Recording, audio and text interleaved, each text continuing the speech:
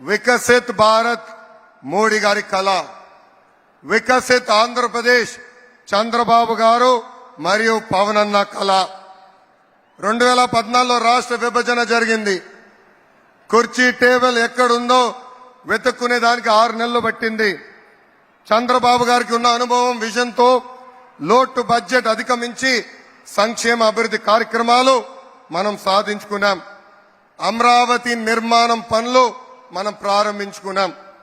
ఒకే రాజధాని అభివృద్ధి వికేంద్రీకరణ అనేది చేసి చూపించాం.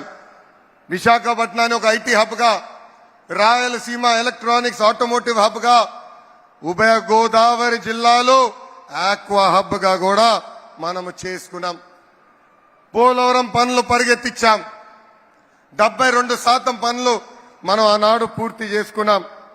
మోడీ గారి సహకారంతో IIM, IIT, IISER, NACIN, AIIMS లాంటి జాతీయ సంస్థలు మనం తీసుకుని వచ్చాం. చంద్రబాబు గారు ప్రతిరోజు మన పిల్లల గురించి ఆలోచిస్తారు. మన పిల్లలకి ఉద్యోగాలు కల్పిస్తే కుటుంబాలే మారుతాయని, కుటుంబాల పరిస్థితులు మారుతాయనే లక్ష్యంతో చంద్రబాబు నాయుడు గారు అహర్నిశలు పనిచేస్తున్నారు.